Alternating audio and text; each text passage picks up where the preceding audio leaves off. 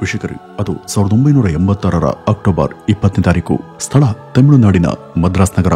ಅವತ್ತು ಆನಂದ್ ಅನ್ನುವಂತ ಮನೆ ಬ್ರೋಕರ್ ಒಬ್ರು ಅಲ್ಲಿಯ ಅಣ್ಣಾ ನಗರ್ನಲ್ಲಿದ್ದಂತ 2 ಅಂತಸ್ತಿನ ಮನೆಗೆ ಬಂದು ಅದ್ರ ಮನೆ ಮುಂದೆ ನಿಂತು ಆ ಮನೆಯ ಕಾಲಿಂಗ್ ಬೆಲ್ ಅನ್ನ ಒತ್ತಿದ್ರು. ಆ ಮನೆಯಲ್ಲಿ ಈ ಮೊದಲೇ ಇಬ್ರು ಮಹಿಳೆಯರು ಬಾಡಿಗೆಗಿದ್ರು. ಅವರು ಆ ಮನೆಯನ್ನ ತಮ್ಮ ಸ್ವಂತ ಮಾಡ್ಕೋಬೇಕು ಅಂತ ನಿರ್ಧಾರ ಮಾಡಿದ್ರು. ಅದಕ್ಕಾಗಿ ಅದರ ಓನರ್ ನಾರಾಯಣ್ ಪ್ರಸಾದ್ ಅವ್ರ ಜೊತೆ ಮಾತನಾಡಿ ಆ ಬಿಲ್ಡಿಂಗ್ ಅನ್ನ 15 ಲಕ್ಷ ರೂಪಾಯಿಗೆ ತಗೊಳ್ಳೋದಿಕ್ಕೆ ಮಾತಾಗಿತ್ತು. ಇದಕ್ಕೆ ಸಂಬಂಧಪಟ್ಟಂತೆ ಮನೆ ಬ್ರೋಕರ್ ಆದಂತ ಆನಂದ್ ಅನ್ನೋರನ್ನ ಬುಕ್ ಮಾಡಿಕೊಂಡು 5 ದಿನಗಳ ನಂತರ ಅದಕ್ಕೆ ಸಂಬಂಧಪಟ್ಟಂತ ಎಲ್ಲ ಅಗತ್ಯ ಬಾಂಡ್ ಪತ್ರಗಳನ್ನು ಕೂಡ ತಂದುಕೊಡುವಂತೆ ಈ ಮೊದಲೇ ತಿಳಿಸಲಾಗಿತ್ತು. ಹಾಗಾಗಿ ಈ ಒಂದು ಕೆಲಸವನ್ನ ಒಪ್ಕೊಂಡಿದಂತ ಅವರು ಎಲ್ಲಾ ಅಗತ್ಯ ದಾಖಲೆಗಳನ್ನ 5 ದಿನಗಳ ನಂತರ ಅಂದ್ರೆ ಅಕ್ಟೋಬರ್ 20ನೇ ತಾರೀಕು ಆ ಮನೆಗೆ ತಂದಿದ್ರು. ಅವರು ಆ ಮನೆಯ ಕಾಲಿಂಗ್ ಬೆಲ್ ಒತ್ತಿದ್ರು ಕೂಡ ತುಂಬಾ ಹೊತ್ತಾದ್ರೂ ಯಾರು ಆ ಮನೆ ಬಾಗ್ಲನ್ನ ಓಪನ್ ಮಾಡಲಿಲ್ಲ. ಆ ಮನೆ ಮುಂದೆ ಆ ಇಬ್ಬರು ಮಹಿಳೆಯರ ಚಪ್ಪಲಿಗಳು ಹಾಗೂ ಮತ್ತೆ 5 ದಿವಸದಿಂದ ಆ ಮನೆಗೆ ಹಾಕಲಾಗಿದ್ದಂತ ದಿನಪತ್ರಿಕೆ ಹಾಗೇನೆ ಹೊರಗಡೆ ಬೆದ್ದಿದ್ವು. ಅದೆಲ್ಲ ನೋಡಿ ಆನಂದ್ಗೆ ಸಂದೇಹ ಶುರುವಾಗುತ್ತೆ. ಈ ಮನೆಯಲ್ಲಿ ಯಾರಾದ್ರೂ ಇದ್ದಾರಾ ಅಥವಾ ಎಲ್ಲಾದ್ರೂ ಹೊರಗಡೆ ಹೋಗಿದ್ದಾರಾ ಅಂತ ಅವರು ಯೋಚನೆ ಮಾಡೋದಕ್ಕೆ ಶುರು ಮಾಡ್ತಾರೆ. ಇದೇ ಒಂದು ಗೊಂದಲದಿಂದ ಅವ್ರ ಮನೆಯ ಸುತ್ತಮುತ್ತ ನೋಡ್ತಾ ಹೋದಾಗ ನಿಧಾನವಾಗಿ ಅವ್ರಿಗೆ ಏನೋ ಕೊಳತ ವಾಸನೆ ಮೂಗ್ಗೆ ಬರೋದಿಕ್ಕೆ ಶುರುವಾಯಿತು. ಈ ಒಂದು ದುರ್ಗಂಧ ಎಲ್ಲಿಂದ ಬರ್ತಾ ಇದೆ ಅಂತ ಅವ್ರಿಗೆ ಮೊದಲು ಗೊತ್ತಾಗ್ಲಿಲ್ಲ. ಈ ಮನೆಯಲ್ಲಿ ಯಾವ್ದಾದ್ರು ಕಿಟಕಿ ಅಥವಾ ಬಾಗಿಲು ಓಪನ್ ಇದೆಯಾ ಅಂತ ಅವರು ಸುತ್ತ ಚೆಕ್ ಮಾಡ್ತಾ ಹೋದ್ರು. ಆ ಮನೆಯ ಹಿತ್ಲು ಬಾಗಿಲು ಓಪನ್ ಇರೋದನ್ನ ಗಮನಿಸಿದಂತ ಅವರು ನೇರ ಅದ್ರೊಳಗೆ ಹೋಗಿ ನೋಡ್ತಾರೆ. ಅಲ್ಲಿ ಹೋಗುವಾಗ ಆ ಮನೆ ಸುತ್ತ ಚೆಕ್ ಮಾಡ್ತಾ ಇದ್ದಂತ ಸಮಯದಲ್ಲಿ ಈ ದುರ್ಗಂಧ ಇನ್ನಷ್ಟು ಜಾಸ್ತಿ ಆಗುತ್ತೆ. ಇವರು ಆ ಮನೆಯ ಪ್ರತಿ ಕೋಣೆಯನ್ನು ಕೂಡ ಚೆಕ್ ಮಾಡ್ತಾ ಹೋದ್ರು. ಈ ರೀತಿ ಚೆಕ್ ಮಾಡುವಾಗ ಅವ್ರಿಗೆ ಆ ಒಂದು ಬಾತ್ರೂಮ್ ಅಲ್ಲಿ ಕಂಡಂತ ದೃಶ್ಯ ಅವ್ರನ್ನ ನಿಂತಲ್ಲೇ ಸ್ತಂಭೀಭೂತರಾಗುವಂತೆ ಮಾಡಿತ್ತು. ಏಕೆಂದ್ರೆ ಅಲ್ಲಿ ಆ ಮನೆಯಲ್ಲಿ ವಾಸ ಇದ್ದಂತ ಆ ಇಬ್ರು ಮಹಿಳೆಯರ ಶವಗಳು ಬೆದ್ದಿದ್ವು. ಆ ಶವಗಳು ಅದಾಗಲೇ ಕೊಳತಂತ ಸ್ಥಿತಿಯನ್ನ ತಲುಪಿದ್ವು. ಅದನ್ನ ನೋಡದಂತ ಆನಂದ್ಗೆ ತುಂಬಾ ಭಯ ಉಂಟಾಗಿ ಅವರು ಗಾಬರಿಯನ್ನ ಬಿದ್ದು ಅಲ್ಲಿಂದ ಓಡ್ ಹೋಗ್ತಾರೆ. ಅಲ್ಲಿಂದ ಹೊರಗಡೆ ಬಂದವರು ಸೀದಾ ಹತ್ತಿರದ ಪೊಲೀಸ್ ಸ್ಟೇಷನ್ಗೆ ಹೋಗಿ ಅಲ್ಲಿ ತಾವು ನೋಡದಂತ ಎಲ್ಲವನ್ನೂ ಕೂಡ ಅವ್ರಿಗೆ ತಿಳಿಸಿದ್ರು. ಅವರು ಕೊಟ್ಟಂತ ಮಾಹಿತಿ ಅನ್ವಯ ಸ್ಥಳಕ್ಕೆ ಪೊಲೀಸರು ಕೂಡ ಬರ್ತಾರೆ. ಪೊಲೀಸರು ಬಂದು ಆ ಸ್ಥಳದ ಕ್ರೈಮ್ ಸೀನ್ ಅನ್ನು ಕೂಡ ದಾಖಲಿಸಿಕೊಳ್ಳೋದಕ್ಕೆ ಶುರು ಮಾಡ್ತಾರೆ. ಆ ಮನೆಯಲ್ಲಿ ತುಂಬಾ ಬರ್ಬರವಾದಂತ ಕೊಲೆಗಳು ನಡೆದಿದ್ವು. ಆ ಇಬ್ಬರು ಮಹಿಳೆಯರ ಹೊಟ್ಟೆ ಒಳಗಿದಂತ ದೊಡ್ಡ ಕರುಳುಗಳೆಲ್ಲ ದೇಹದಿಂದ ಹೊರಗೆ ಬಂದಿದ್ವು. ವೀಕ್ಷಕರೇ, ಈ ರೀತಿಯಲ್ಲಿ ಕೊಲೆಯಾಗಿ ಬಿದ್ದವರು 24 ವರ್ಷದ ರಾಣಿ ಪದ್ಮಿನಿ ಹಾಗೂ 42 ವರ್ಷದ ಅವರ ತಾಯಿ ಇಂದಿರಾ ಕುಮಾರಿ. ಅಷ್ಟಕ್ಕೂ ಈ ರಾಣಿ ಪದ್ಮಿನಿ ಯಾರು ಗೊತ್ತಾ? 1980ರ ದಶಕದಲ್ಲಿ ನಟಿ ಸಿಲ್ಕ್ ಸ್ಮಿತಾರಷ್ಟೇ ಅಥವಾ ಅವ್ರಿಗಿಂತನೂ ಕೂಡ ಪ್ರಸಿದ್ಧಿಯನ್ನ ಪಡೆದಿದ್ದಂತ ಮಲಯಾಳಂನ ನಟಿ. ಇವರು ಮಲಯಾಳಂ ಮಾತ್ರ ಅಲ್ಲದೆ ಕನ್ನಡ, ತೆಲುಗು, ತಮಿಳು ಸೇರಿ ಆ ಕಾಲಕ್ಕೆ ಸುಮಾರು 61ಕ್ಕೂ ಹೆಚ್ಚಿನ ಚಿತ್ರಗಳಲ್ಲಿ ನಟನೆ ಮಾಡಿದ್ರು. ಆ ಕಾಲದಲ್ಲಿ ಆಗಷ್ಟೇ ಇವರು ತಮಿಳು ಮತ್ತು ಮಲಯಾಳಂನಲ್ಲಿ ಮುಖ್ಯ ನಾಯಕಿಯಾಗಿ ಬೆಳೆದಿದ್ದಂತ ಪೂರ್ವಕಾಲ ಅದು. ಇಂಥ ಒಂದು ಉತ್ತುಂಗದ ಸಮಯದಲ್ಲಿ ಇವರನ್ನ ಹಾಗೂ ಇವರ ತಾಯಿ ಇಬ್ಬರನ್ನು ಕೂಡ ಇಷ್ಟು ಕ್ರೂರ ರೀತಿಯಲ್ಲಿ ಕೊಲೆ ಮಾಡಿದವರು ಯಾರು? ಯಾಕಾಗಿ ಇವರ ಕೊಲೆ ಆಯಿತು? ಇದರ ಹಿಂದಿದಂತ ಕಾರಣ ಏನು? ಮುಂದೆ ಇದರ ತನಿಖೆ ನಡೆದು ಇದಕ್ಕೆ ಕಾರಣ ಆದಂತ ಹಂತಕರನ್ನ ಹಿಡಿದು ವಿಚಾರಣೆ ಮಾಡಿದಾಗ ಇದ್ರ ಬಗ್ಗೆ ಅವರು ಕೊಟ್ಟಂತ ಕಾರಣದಿಂದ ಇಡೀ ಪೊಲೀಸ್ ಇಲಾಖೆನೇ ಬೆಚ್ಚಿ ಬಿದ್ದಿತ್ತು. ಹೌದು ವೀಕ್ಷಕರೇ, ಅವರು ಕೊಟ್ಟಂತ ಹೇಳಿಕೆ ಕೇಳಿದಂತ ಅವತ್ತಿನ ಸಮಾಜ ಮತ್ತು ಜನ ತುಂಬಾ ಭಯಭೀತರಾಗಿದ್ರು. 1980ರ ಮಧ್ಯಂತರದಲ್ಲಿ ದಕ್ಷಿಣ ಭಾರತದಲ್ಲಿ ತೀವ್ರ ಸಂಚಲನ ಸೃಷ್ಟಿ ಮಾಡದಂತ ನಟಿ ರಾಣಿ ಪದ್ಮಿನಿ ಹಾಗೂ ಆಕೆಯ ತಾಯಿಯ ಬರ್ಬರ ಹತ್ಯಾಕಾಂಡದ ಕುರಿತಾದಂತ ರೋಚಕ ವಿವರವನ್ನ ಇವತ್ತಿನ ಈ ಒಂದು ವಿಡಿಯೋದಲ್ಲಿ ಈ ಮುಂದೆ ತಿಳಿತಾ ಹೋಗೋಣ ಬನ್ನಿ ವೀಕ್ಷಕರೇ. ಸ್ಥಳಕ್ಕೆ ಬಂದಂತ ಪೊಲೀಸರು ಆ ಇಡೀ ಕ್ರೈಮ್ ದೃಶ್ಯಾವಳಿಯನ್ನು ಕೂಡ ಸಂರಕ್ಷಿಸೋದಕ್ಕೆ ಪ್ರಯತ್ನ ಪಡ್ತಿದ್ರು. ಕ್ರೈಮ್ ನಡೆದಂತ ಜಾಗದ ಬಗ್ಗೆ ಪ್ರತಿಯೊಂದು ಮಾಹಿತಿಯನ್ನು ಕೂಡ ಕಲೆ ಹಾಕ್ತಿದ್ರು. ಆ ಶವಗಳನ್ನ ಮರಣೋತ್ತರ ಪರೀಕ್ಷೆ ಕಳಿಸುವಂತ ಬದಲು ಮರಣೋತ್ತರ ಪರೀಕ್ಷೆ ನಡೆಸುವಂತ ವೈದ್ಯರೇ ಆ ಸ್ಥಳಕ್ಕೆ ಬಂದು ಅವುಗಳ ಪರಿಶೀಲನೆಗೆ ಮುಂದಾಗ್ತಾರೆ. ಏಕೆಂದ್ರೆ ಆ 2 ದೇಹಗಳು ಆ ಒಂದು ರೇಂಜ್ಗೆ ಡಿಕಂಪೋಸ್ ಆಗಿದ್ವು. ಆ ಶವಗಳು ಬಾತ್ರೂಮ್ ನಲ್ಲಿ ಇರೋದ್ರಿಂದ ಆ ಬಾತ್ರೂಮ್ ನ ಒಳಗೇನೆ ವೈದ್ಯರು ಶವ ಪರೀಕ್ಷೆಗೆ ಮುಂದಾಗ್ತಾರೆ. ಈ ಪದ್ಮಿನಿಯವರ ದೇಹದ ಮೇಲೆ 12 ಬಾರಿ ಚುಚ್ಚಿದಂತ ಗುರುತುಗಳಿದ್ರೆ ಅವರ ತಾಯಿ ದೇಹದ ಮೇಲೆ ಸುಮಾರು 14 ಬಾರಿ ಚುಚ್ಚಿದಂತ ಗಾಯದ ಗುರುತುಗಳಿದ್ವು. ಅವರ ಕುತ್ತಿಗೆ, ಎದೆ, ಹೊಟ್ಟೆ ಹೀಗೆ ದೇಹದ ಸಿಕ್ಕ ಕಡೆ ಅತ್ಯಂತ ಕ್ರೂರ ರೀತಿಯಲ್ಲಿ ಬಲವಾದ ಹಾಗೂ ಚೂಪಾದಂತ ಆಯುಧದಿಂದ ತಿವಿದು ಅವರನ್ನ ಕೊಲೆ ಮಾಡಲಾಗಿತ್ತು. ಯಾರಾದ್ರೂ ಇವ್ರ ಬಳಿ ಇದ್ದಂತ ಹಣ, ಒಡವೆನ ಕದಿಯೋಕೋಸ್ಕರ ಈ ರೀತಿ ಮಾಡಿದ್ದಾರೆಂದ ಪೊಲೀಸ್ ಆ ಮನೆ ಒಳಗೆ ಇದ್ದಂತ ಎಲ್ಲ ಲಾಕರ್ಗಳನ್ನು ಕೂಡ ಸರ್ಚ್ ಮಾಡ್ತಾರೆ. ಅವರು ನಿರೀಕ್ಷೆ ಮಾಡದಂತೆ ಅಲ್ಲಿದ್ದಂತ ಒಡವೆಗಳ ಲಾಕರ್ಗಳೆಲ್ಲ ಖಾಲಿಯಾಗಿದ್ವು. ಕಳ್ಳರು ಇವ್ರ ಮನೆಯಲ್ಲಿ ದೋಚಿದಂತ ಆಭರಣಗಳ ಅವತ್ತಿನ ಮೌಲ್ಯನೇ ಸುಮಾರು 25 ಲಕ್ಷದಷ್ಟಿತ್ತು ಅಂತ ಆ ಒಂದು ವರದಿಯಲ್ಲಿ ನಮೂದಾಗಿತ್ತು. ಅಂದ್ರೆ 1980ರ ಇಸ್ವಿಯಲ್ಲಿ 25 ಲಕ್ಷ ರೂಪಾಯಿ ಒಡವೆ ಅಂದ್ರೆ ಅದು ಇವತ್ತು ಎಷ್ಟು ಬೆಲೆ ಬಾಳುತ್ತೆ ಅನ್ನೋದನ್ನ ನೀವೇ ಲೆಕ್ಕ ಹಾಕಿ. ಹಾಗೂ ಅಲ್ಲಿ ಇದ್ದಂತ ಇನ್ನೊಂದು ಲಾಕರ್ ಒಳಗೆ ಸುಮಾರು 15 ಲಕ್ಷ ರೂಪಾಯಿ ಕ್ಯಾಶ್ ಇತ್ತು. ಆದ್ರೆ ಅದ್ರ ಪೈಕಿ ಕೇವಲ 10,000 ರೂಪಾಯಿ ಮಾತ್ರ ಮಿಸ್ ಆಗಿತ್ತು. ಈ ಮನೆಯ ಕ್ರೈಮ್ ಸೀನ್ ಅತ್ಯಂತ ಭರ್ಬರವಾಗಿತ್ತು. ಯಾಕೆಂದ್ರೆ ಆ ಮನೆಯ ಗೋಡೆ, ನೆಲ, ಮಂಚ ಹೀಗೆ ಪ್ರತಿಯೊಂದು ಕಡೆ ಕೂಡ ರಕ್ತದ ಕಲೆ ಗಾಢವಾಗಿತ್ತು. ಈ ಒಂದು ನಿಟ್ಟಿನಲ್ಲಿ ಮುಂದಿನ ತನಿಖೆ ಶುರು ಮಾಡಿದಂತ ಪೊಲೀಸರಿಗೆ ಈ ಒಂದು ಪ್ರಕರಣದಲ್ಲಿ ಅವರು ಊಹೆನೆ ಮಾಡದಂತ ಹಲವು ಅಚ್ಚರಿಗಳು ಅವರಿಗೆ ಎದುರಾಗ್ತವೆ. ವೀಕ್ಷಕರೇ, 1944ರಲ್ಲಿ ಕೇರಳದ ತಿರುವನಂತಪುರಂನಲ್ಲಿ ಜನಿಸಿದಂತ ಇಂದಿರಾ ಕುಮಾರಿ ಅವರಿಗೆ ತಾವು ಸಿನಿಮಾದಲ್ಲಿ ದೊಡ್ಡ ನಟಿ ಆಗುವಂತ ಹೆಬ್ಬಯಕೆ ಇತ್ತು. ಆದ್ರೆ ಆ ಒಂದು ಕನಸು ಮುಂದೆ ಕನಸಾಗಿನೇ ಉಳಿದು ಹೋಗುತ್ತೆ. ಅವರು ಇದೇ ಒಂದು ಹಂಬಲವನ್ನ ಇಟ್ಕೊಂಡು ಮದ್ರಾಸ್ಗೆ ಬಂದಿದ್ರು. ಆದ್ರೆ ಅಲ್ಲಿ ಅವ್ರಿಗೆ ಕೇವಲ ಡಬ್ಬಿಂಗ್ ಆರ್ಟಿಸ್ಟ್ ಆಗಿ ಮಾತ್ರ ಅವಕಾಶಗಳು ಸಿಗ್ತಾ ಹೋದ್ವು. ತಮಗೆ 18 ವರ್ಷ ಇದ್ದಾಗ ಇಂದಿರಾ ಕುಮಾರಿ ಅವರು ವಿಶ್ವನಾಥ್ ಚೌಧರಿ ಎಂಬ ವ್ಯಕ್ತಿಯನ್ನ ಮದುವೆ ಆಗ್ತಾರೆ. ಮುಂದೆ 1962ರಲ್ಲಿ ಇವ್ರಿಗೊಬ್ಬ ಮಗಳು ಕೂಡ ಜನಿಸ್ತಾಳೆ. ಈ ಒಂದು ಸಮಯದಲ್ಲಿ ಇವರು ಮಲಯಾಳಂ, ಕನ್ನಡ ಹಾಗೂ ತೆಲುಗು ಮತ್ತು ತಮಿಳಿನಲ್ಲೂ ಕೂಡ ಡಬ್ ಮಾಡ್ತಿದ್ರು. ಹೆಚ್ಚಾಗಿ ಇವರು ನಟಿ ಪದ್ಮಿನಿ ಅವರ ಚಿತ್ರಗಳಿಗೆ ಹೆಚ್ಚು ಡಬ್ ಮಾಡ್ತಿದ್ರು. ಹಾಗಾಗಿ ತಮ್ಮ ಮಗಳಿಗೂ ಅದೇ ಒಂದು ಹೆಸರನ್ನ ಇವರು ಇಡ್ತಾರೆ. ನಟಿ ಪದ್ಮಿನಿ ಅವರ ಬಹುದೊಡ್ಡ ಅಭಿಮಾನಿಯಾದಂತ ಇಂದಿರಾ ಅವರು ತಮ್ಮ ಮಗಳು ಕೂಡ ಆ ನಟಿಯ ತರಹನೇ ಸಿನಿಮಾದಲ್ಲಿ ದೊಡ್ಡ ನಟಿಯಾಗಬೇಕು ಅಂತ ಅವರು ಆಸೆಯನ್ನ ಇಟ್ಕೊಂಡಿದ್ರು. ಚಿಕ್ಕಂದಿನಿಂದಲೂ ಕೂಡ ಸಿನಿಮಾ ಲೋಕದ ರೋಚಕತೆಗಳನ್ನ ನೋಡ್ತಾನೆ ಬೆಳೆದಂತ ಈ ಪದ್ಮಿನಿಗೂ ಸಿನಿಮಾಗಳಲ್ಲಿ ಆಸಕ್ತಿ ಶುರುವಾಗುತ್ತೆ. ಇವರು ತಮ್ಮ ಸ್ಕೂಲನ್ನ ಮುಗಿಸಿದ ತಕ್ಷಣ ಫಿಲಿಂ ಇನ್ಸ್ಟಿಟ್ಯೂಟ್ಗೆ ಜಾಯ್ನ್ ಆಗ್ತಾರೆ. ಅಲ್ಲಿ ನಟನೆ, ನೃತ್ಯ, ಸಂಗೀತ ಈ ರೀತಿ ಮುಂತಾದವುಗಳನ್ನ ಕಲಿಯೋದಕ್ಕೆ ಶುರು ಮಾಡ್ತಾರೆ. ಈ ಒಂದು ಸಮಯದಲ್ಲಿ ಇಂದಿರಾ ಕುಮಾರಿ ಹಾಗೂ ಅವರ ಪತಿಯ ನಡುವೆ ಏನೋ ಮನಸ್ತಾಪ ಉಂಟಾಗಿ ಅವರಿಬ್ಬರು ಕೂಡ ಮುಂದೆ ದೂರ ಆಗ್ಬೇಕಾಗುತ್ತೆ. ಆದ್ರೂ ಕೂಡ ಅವರು ತಾವು ಏಕಾಂಗಿಯಾಗಿ ತಮ್ಮ ಮಗಳ ಮುಂದಿನ ಸಿನಿ ಭವಿಷ್ಯದ ಬಗ್ಗೆ ಅದಕ್ಕೆ ಬೇಕಾದ ತಯಾರಿ ನಡೆಸೋದಕ್ಕೆ ಶುರು ಮಾಡಿದ್ರು. ಒಬ್ಬ ನಟಿಗೆ ಬೇಕಾದ ಪ್ರತಿಯೊಂದು ಅರ್ಹತೆಗಳು ತಮ್ಮ ಮಗಳಿಗೆ ಇರೋದ್ರಿಂದ ಅವರು ಇದೇ ತಕ್ಕ ಸಮಯ ಅಂತ ನಿರ್ಧಾರ ಮಾಡಿ ತಮಗೆ ಗೊತ್ತಿದ್ದಂತ ಸಾಕಷ್ಟು ಜನ ನಿರ್ದೇಶಕರ ಬಳಿ ಹೋಗಿ ತಮ್ಮ ಮಗಳಿಗೊಂದು ಚಾನ್ಸ್ ಕೊಡಿ ಅಂತ ಕೇಳೋದಕ್ಕೆ ಶುರು ಮಾಡಿದ್ರು. ಈ ರೀತಿ ಯಾರೋ ಒಬ್ಬ ನಿರ್ದೇಶಕರ ಸಹಾಯದಿಂದ ಮೊದಲ ಸಲ ಪದ್ಮಿನಿ ಒಂದು ತಮಿಳು ಚಿತ್ರದಲ್ಲಿ ನಟಿಸೋದಕ್ಕೆ ಸಾಧ್ಯ ಆಗುತ್ತೆ. ಮುಂದೆ ಮಲಯಾಳಂನ ಸಂಘರ್ಷಂ ಎಂಬ ಚಿತ್ರದಲ್ಲೂ ಕೂಡ ಅವರಿಗೆ ಒಂದು ಪಾತ್ರ ಸಿಗುತ್ತೆ. ಆಗ ಚಿತ್ರೋದ್ಯಮದಲ್ಲಿ ಪದ್ಮಿನಿ ಎಂಬ ಹೆಸರಿನ ಸಾಕಷ್ಟು ಜನ ನಟಿಯರು ಇದ್ರು. ಹಾಗಾಗಿ ಅವ್ರ ತಾಯಿ ರಾಣಿ ಪದ್ಮಿನಿ ಅಂತ ಹೆಸರನ್ನ ಚೇಂಜ್ ಮಾಡ್ತಾರೆ. ಆರಂಭದಲ್ಲಿ ಸಣ್ಣ ಪುಟ್ಟ ಪಾತ್ರಗಳ ಮೂಲಕ ನಟನೆ ಹೆಜ್ಜೆ ಇಡೋದಕ್ಕೆ ಶುರು ಮಾಡದಂತ ರಾಣಿ ಪದ್ಮಿನಿ ಮುಂದೆ ಒಂದಷ್ಟು ಗ್ಲಾಮರ್ ರೋಲ್ಗಳಿಂದ ಪ್ರಸಿದ್ಧಿಗೆ ಬರ್ತಾರೆ. ಈ ಗ್ಲಾಮರ್ ರೋಲ್ಗಳ ಸಹಾಯದಿಂದ ಅವರ ಕರಿಯರ್ ಬಹುಬೇಗ ಉತ್ತುಂಗದ ಹಂತವನ್ನ ತಲುಪುತ್ತೆ. ಅಲ್ಲಿವರೆಗೂ ಈಕೆಯನ್ನ ಇಂದಿರಾರವರ ಮಗಳು ಪದ್ಮಿನಿ ಅಂತ ಜನ ಕರೀತಾ ಇದ್ರು. ಆದ್ರೆ ಕಾಲಕ್ರಮೇಣ ರಾಣಿ ಪದ್ಮಿನಿ ಅವರ ತಾಯಿ ಇಂದಿರಾ ಎನ್ನುವಷ್ಟರ ಮಟ್ಟಿಗೆ ಈ ರಾಣಿ ಪದ್ಮಿನಿ ದಕ್ಷಿಣ ಭಾರತದಲ್ಲಿ ಗುರುತಿಸ್ಕೊಳ್ತಾರೆ. ಅವ್ರಿಗೆ ಸಾಕಷ್ಟು ಉತ್ತಮವಾದಂತ ಆಫರ್ಗಳು ಕೂಡ ಸಿನಿಮಾ ಕ್ಷೇತ್ರದಲ್ಲಿ ಬರೋದಕ್ಕೆ ಶುರುವಾಗಿದ್ವು. ಆ ಒಂದು ಕಾಲಕ್ಕೆ ಅವ್ರಿಗೆ ಲಕ್ಷಗಟ್ಟಲೆ ಸಂಭಾವನೆ ಕೊಡುವಂತ ನಿರ್ಮಾಪಕ ಹಾಗೂ ನಿರ್ದೇಶಕರುಗಳು ತುದಿಗಾಲಲ್ಲಿ ನಿಲ್ಲುವಂತ ಸ್ಥಿತಿ ನಿರ್ಮಾಣ ಆಗುತ್ತೆ. ಅವತ್ತಿನ ಕಾಲಕ್ಕೆ ಲಕ್ಷಾಂತರ ರೂಪಾಯಿ ಅಂದ್ರೆ ಅದು ಸಾಕಷ್ಟು ದೊಡ್ಡ ಮೊತ್ತದ ಹಣನೇ ಆಗಿತ್ತು. ತಾವು ಬಯಸಿದ್ದು ಒಂದ್ ಕಾಲದಲ್ಲಿ ತಮ್ಮಿಂದ ಸಿಗದೆ ಹೋದ್ರು, ಇವತ್ತು ನನ್ನ ಮಗಳಿಗಾದ್ರೂ ಸಿಕ್ತಿದೆಯಲ್ಲ ಅಂತ ಈ ಇಂದಿರಾ ಕುಮಾರಿ ತಮ್ಮ ಮಗಳ ಬಗ್ಗೆ ತುಂಬಾ ಹೆಮ್ಮೆಯನ್ನ ಪಡ್ತಾರೆ. ಅವ್ರಿಗೆ ಬೇಕಾದದೆಲ್ಲ ಕೆಲವೇ ವರ್ಷಗಳ ಒಳಗಾಗಿ ಅವರ ಕೈಯನ್ನ ಸೇರುತ್ತೆ. ಲಕ್ಷಾಂತರ ರೂಪಾಯಿ ಹಣ, ಉತ್ತಮ ಆಫರ್ಗಳು, ವಿಪರೀತ ಬೇಡಿಕೆ ಹಾಗೂ ಅಭಿಮಾನಿಗಳ ಹಿಡಿ ಪ್ರೀತಿ ಇವೆಲ್ಲ ಅವ್ರ ಪಾಲಿಗೆ ಸಿಕ್ಕಿತ್ತು. ಆದರೆ ಹಣ, ಖ್ಯಾತಿ, ಕೀರ್ತಿ ಇದೆಲ್ಲ ಅಧಿಕವಾಗಿ ಸಿಕ್ಕಷ್ಟು ಕೂಡ ಇವುಗಳ ಜೊತೆಗೆ ಸಾಕಷ್ಟು ಸಮಸ್ಯೆಗಳು ಕೂಡ ಅವರ ಜೀವನದಲ್ಲಿ ತಲೆದೂರ್ತವೆ. ಅವತ್ತಿನ ಕಾಲಕ್ಕೆ 7 ಲಕ್ಷ ರೂಪಾಯಿ ಬೆಲೆ ಬಾಳುವಂತ ದುಬಾರಿ ಕಾರನ್ನ ಅವರು ಖರೀದಿ ಮಾಡಿದ್ರು.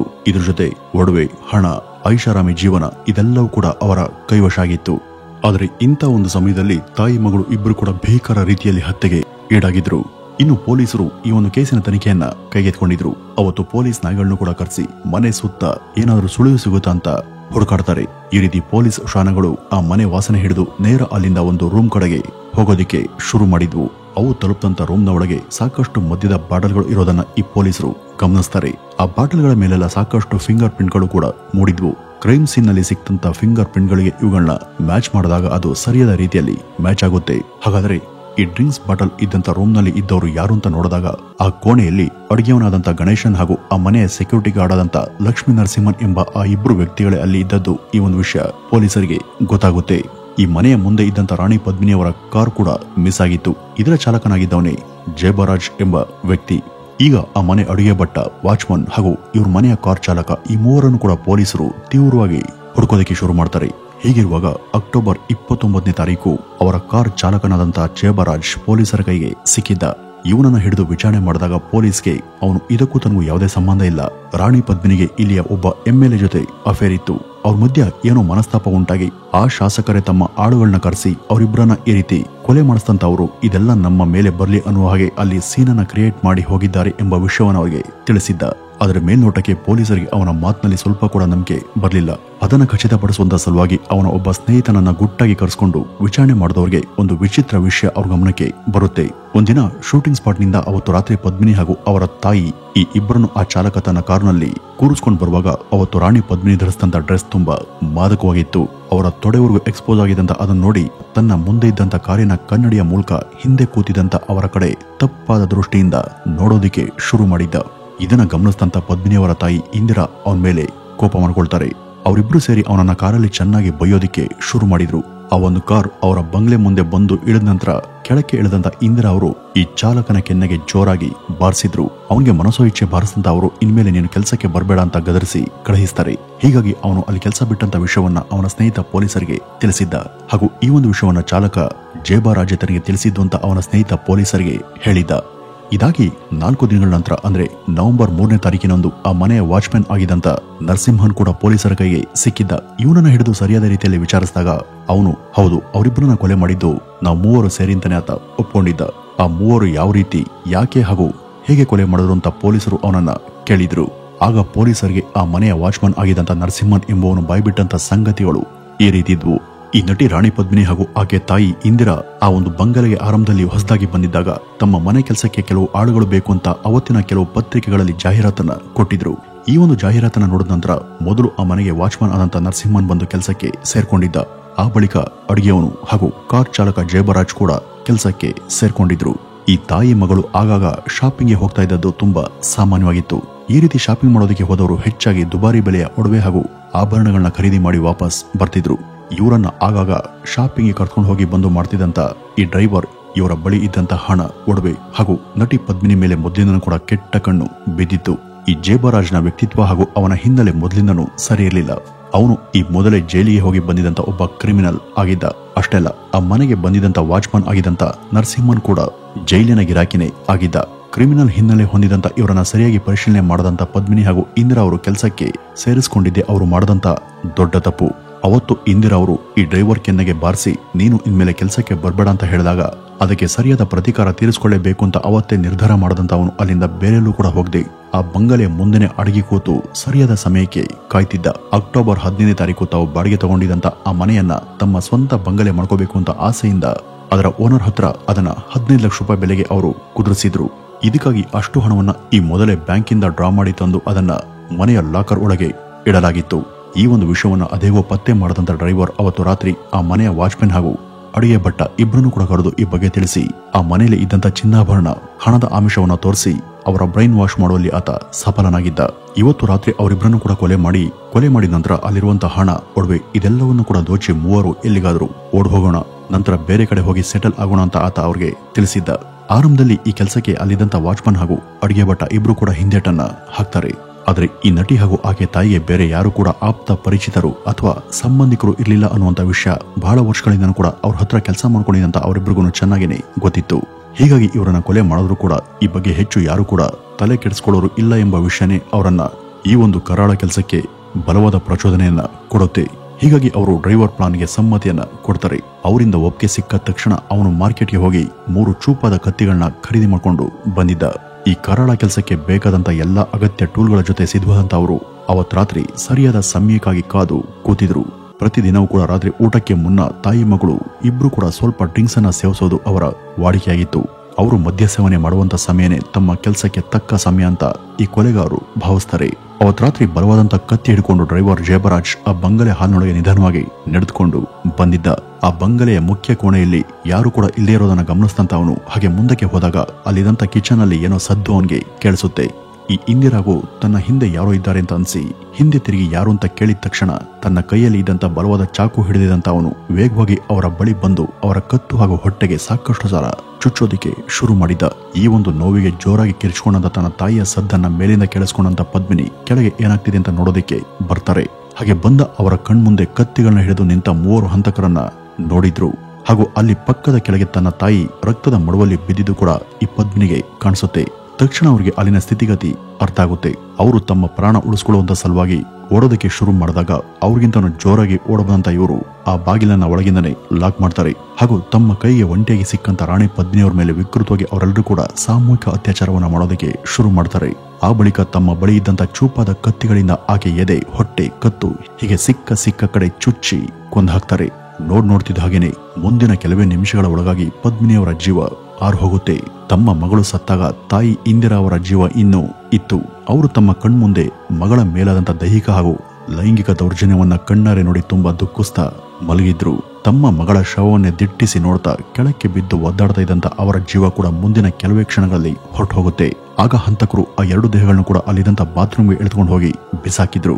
ನಂತರ ಮೇಲಿದ್ದಂತ ರೂಮ್ಗೆ ಬಂದು ಅಲ್ಲಿರುವಂತ ಲಾಕರ್ಗಳನ್ನೆಲ್ಲ ಓಪನ್ ಮಾಡಿ ಅಲ್ಲಿದ್ದಂತ ಎಲ್ಲ ಒಡವೆಗಳನ್ನು ಕೂಡ ಕದೀತಾರೆ. ಅಲ್ಲಿದ್ದಂತ ಲಕ್ಷಾಂತರ ರೂಪಾಯಿ ಮೌಲ್ಯದ ಒಡವೆಗಳು ಕೂಡ ಸಾಕಾಗದೆ ಆ ಶವಗಳ ಮೇಲೆ ಇದ್ದಂತ ಆಭರಣಗಳನ್ನು ಕೂಡ ಬಲವಂತದಿಂದ ಕಿತ್ಕೊಳ್ತಾರೆ. ಹಾಗೂ ಬೇರೊಂದು ಲಾಕರ್ ಅನ್ನು ಓಪನ್ ಮಾಡಿ ಅಲ್ಲಿ ಇದ್ದಂತ 15 ಲಕ್ಷದ ಕ್ಯಾಶ್ ಅಲ್ಲಿ ಕೇವಲ 10,000 ರೂಪಾಯಿಗಳನ್ನ ಮಾತ್ರನೇ ಅವಸರವಾಗಿ ತಗೊಂಡು ತಮ್ಮ ಬಳಿ ಇದ್ದಂತ ನಗ ನಾಣ್ಯವನ್ನು ಕೂಡ ಅಲ್ಲಿಯ 3 ಭಾಗಗಳನ್ನಾಗಿ ಸಮಪಾಲನ ಮಾಡಿಕೊಂಡು ಅಲ್ಲೇ ಇದ್ದಂತ ಕಾರಲ್ಲಿ 3 ಕೂಡ ಎಸ್ಕೇಪ್ ಆಗ್ತಾರೆ. ಈಗ ಪೊಲೀಸ್ಗೆ ಸಿಕ್ಕಿದಂತ ಆ ಮನೆ ವಾಚ್ಮನ್ ಆಗಿದ್ದಂತ ನರಸಿಂಹನ್ ಎಂಬ ವ್ಯಕ್ತಿ ಇಷ್ಟು ವಿಷಯಗಳನ್ನು ಕೂಡ ಪೊಲೀಸರ ಮುಂದೆ ಬಾಯ್ಬಿಟ್ಟಿದ್ದ. ಇದಾಗಿ ಮುಂದಿನ 4 ವರ್ಷಗಳ ನಂತರ ಅಂದ್ರೆ 1988ರ ಸುಮಾರಿಗೆ ಆ ಘಟನೆಯ ಇನ್ನೊಬ್ಬ ಆರೋಪಿಯಾದಂತ ಅಡುಗೆ ಭಟ್ಟನಾಗಿದ್ದಂತ ಗಣೇಶನ್ ಕೂಡ ಪೊಲೀಸರ ಕೈಗೆ ಸಿಕ್ಕಿದ್ದ. ಈ 3ರಿಂದನೂ ಕೂಡ ಅವರು ಕದ್ದಿದಂತ ಒಂದಷ್ಟು ಒಡವೆಗಳನ್ನು ಕೂಡ ಪೊಲೀಸರು ರಿಕವರಿ ಮಾಡುವಲ್ಲಿ ಯಶಸ್ವಿಯಾಗ್ತಾರೆ. ಹಾಗೂ ಆ 3 ಜನಕ್ಕೂ ನಂತರ ಮರಣದಂಡನೆ ಶಿಕ್ಷೆ ಕೂಡ ಪ್ರಕಟ ಆಗುತ್ತೆ. ಆದ್ರೆ ಮುಂದೆ ನಡೆದಂತ ಮೇಲ್ಮನವಿಯ ವಿಚಾರಣೆಗಳಲ್ಲಿ ಸುಪ್ರೀಂ ಕೋರ್ಟ್ನಲ್ಲಿ ಇದು ಜೀವಾವಧಿ ಶಿಕ್ಷೆಯಾಗಿ ಬದಲಾಗುತ್ತೆ. ವೀಕ್ಷಕರೇ, ಈ ರೀತಿ ನಮ್ದವರೇ ಮೋಸ ಮಾಡಿ ಕೊಲೆ ಮಾಡದಂತ ಸಾಕಷ್ಟು ದಾರುಣ ಕೇಸ್ಗಳನ್ನ ನಾವು ಇದುವರೆಗೂ ಈ ಒಂದು ವಾಹಿನಿಗಳಲ್ಲಿ ಚರ್ಚೆ ಮಾಡಿದ್ದೇವೆ. ಇನ್ನು ಈ ಕೇಸ್ ಬಗ್ಗೆ ಹೇಳೋದಾದ್ರೆ ನಟಿ ಪದ್ಮಿನಿ ಅವರ ಹಾಗೂ ಆಕೆಯ ತಾಯಿ ಬಳಿ ಅವರ ಆಡಂಬರದ ಬದುಕಿಗೆ ಬೇಕಾದಂತ ಪ್ರತಿಯೊಂದು ಕೂಡ ಇತ್ತು. ಆದ್ರೆ ಅಲ್ಲಿ ನಂಬಿಕೆ, ವಿಶ್ವಾಸ, ಸ್ನೇಹದ ಕೊರತೆ ಮಾತ್ರ ಕಾಣ್ತಿತ್ತು. ಇವರು ಸುತ್ತಮುತ್ತ ಇದ್ದವ್ರ ಜೊತೆ ಜಾಸ್ತಿ ಬೆರೀತಾ ಇರ್ಲಿಲ್ಲ, ಯಾರ ಜೊತೆನೂ ಕೂಡ ಉತ್ತಮ ಒಡನಾಟದಲ್ಲಿ ಇರ್ಲಿಲ್ಲ. ನಿಮ್ಮ ಮನೆ ಪಕ್ಕದಲ್ಲಿ ಈ 2 ಕೊಲೆಗಳು ಇಷ್ಟು ಬರ್ಬರವಾಗಿ ಆಗಿದ್ರು ಕೂಡ ನಿಮ್ಗೆ ಗೊತ್ತೇ ಆಗಿಲ್ವಾ ಅಂತ ಈ ಮನೆ ನೆರೆಹೊರೆಯವರನ್ನ ಕೇಳಿದಾಗ ಅದಕ್ಕೆ ಅವರು ಪೊಲೀಸರಿಗೆ ಕೊಟ್ಟಂತ ಪ್ರತಿಕ್ರಿಯೆ ಏನ್ ಗೊತ್ತಾ? ಅಯ್ಯೋ, ಅವರು ನಮ್ ಜೊತೆ ಸರಿಯಾಗಿ ಮಾತನಾಡ್ತಿರ್ಲಿಲ್ಲ, ನಮ್ಮ ಹತ್ರ ಯಾವುದನ್ನು ಕೂಡ ಹೇಳ್ಕೊಳ್ತಿರ್ಲಿಲ್ಲ, ನಾವೇ ಅವರನ್ನ ಮಾತನಾಡ್ಸಿದ್ರು ಕೂಡ ಅವರು ಅದಕ್ಕೆ ಸರಿಯಾಗಿ ಸ್ಪಂದನೆಯನ್ನ ಕೊಡ್ತಿರ್ಲಿಲ್ಲ, ಅವರಾಯ್ತು ಅವರ ಕೆಲಸ ಆಯ್ತು ಅಂತ ಅವ್ರ ಪಾಡಗವರು ಇರ್ತಿದ್ರು. ನಮ್ಗೆ ಅವರು ಯಾವಾಗ ಬರ್ತಾ ಇದ್ರು ಯಾವಾಗ ಹೋಗ್ತಾ ಇದ್ರು ಅಂತಾನೂ ಕೂಡ ಗೊತ್ತಾಗ್ತಿರ್ಲಿಲ್ಲ. ಹೀಗಾಗಿ ಅವತ್ತು ರಾತ್ರಿ ಆದಂತ ಆ ಕೊಲೆಗಳ ಬಗ್ಗೆ ನಮ್ಗೆ ಯಾವುದೇ ಮಾಹಿತಿ ಸಿಗ್ಲೇ ಇಲ್ಲ ಅಂತ ಮನೆಯ ಸುತ್ತಮುತ್ತ ಇದ್ದವರು ಪೊಲೀಸರಿಗೆ ತಿಳಿಸಿದ್ರು. ವೀಕ್ಷಕರೇ, ನಿಮ್ ಹತ್ರ ಎಷ್ಟೇ ಹಣ, ಆಸ್ತಿ, ಅಂತಸ್ತು, ಕೀರ್ತಿ ಇದ್ರೂ ಕೂಡ ಅಪಾಯದ ಸಮಯದಲ್ಲಿ ಇದ್ಯಾವುದೂ ಕೂಡ ನಿಮ್ಮ ಸಹಾಯಕ್ಕೆ ಬರೋದಿಲ್ಲ. ಇಲ್ಲಿ ನಿಮ್ಮ ನೆರವಿಗೆ ಬರೋದು ನೀವು ಎಷ್ಟು ಜನರನ್ನ ಸಂಪಾದನೆ ಮಾಡ್ಕೊಂಡಿದ್ದೀರಿ ಮತ್ತು ಎಷ್ಟು ಜನರ ಒಲವು ಹಾಗೂ ವಿಶ್ವಾಸವನ್ನ ಗಳಿಸ್ಕೊಂಡಿದ್ದೀರಿ ಅನ್ನೋದು ಮಾತ್ರ. ವೀಕ್ಷಕರೇ, ಇಲ್ಲಿ ಆದಂತ ಈ ದುರಂತಕ್ಕೆ ನಿಜವಾಗಿಯೂ ಹೊಣೆ ಯಾರು ಅನ್ನುವಂತ ಪ್ರಶ್ನೆ ನಮ್ಮನ್ನ ಈ ಒಂದು ಕೇಸ್ ಸುತ್ತಲೂ ಕಾಡ್ತಾನೆ ಇದೆ. ಇನ್ನು ಈ ಒಂದು ಅಪರೂಪದ ಘಟನೆ ಬಗ್ಗೆ ನಿಮ್ಮ ನಿಲುವು ಏನು ಅಂತ ಕಮೆಂಟ್ ನ ಮೂಲಕ ನಿಮ್ಮದೇ ಮಾತುಗಳಲ್ಲಿ ವ್ಯಕ್ತಪಡಿಸಿ ಅಂತ ಹೇಳ್ತಾ ಈ ಒಂದು ವಿಡಿಯೋವನ್ನ ಇಲ್ಲಿಗೆ ಮುಗಿಸೋಣ. ನಮಸ್ಕಾರ.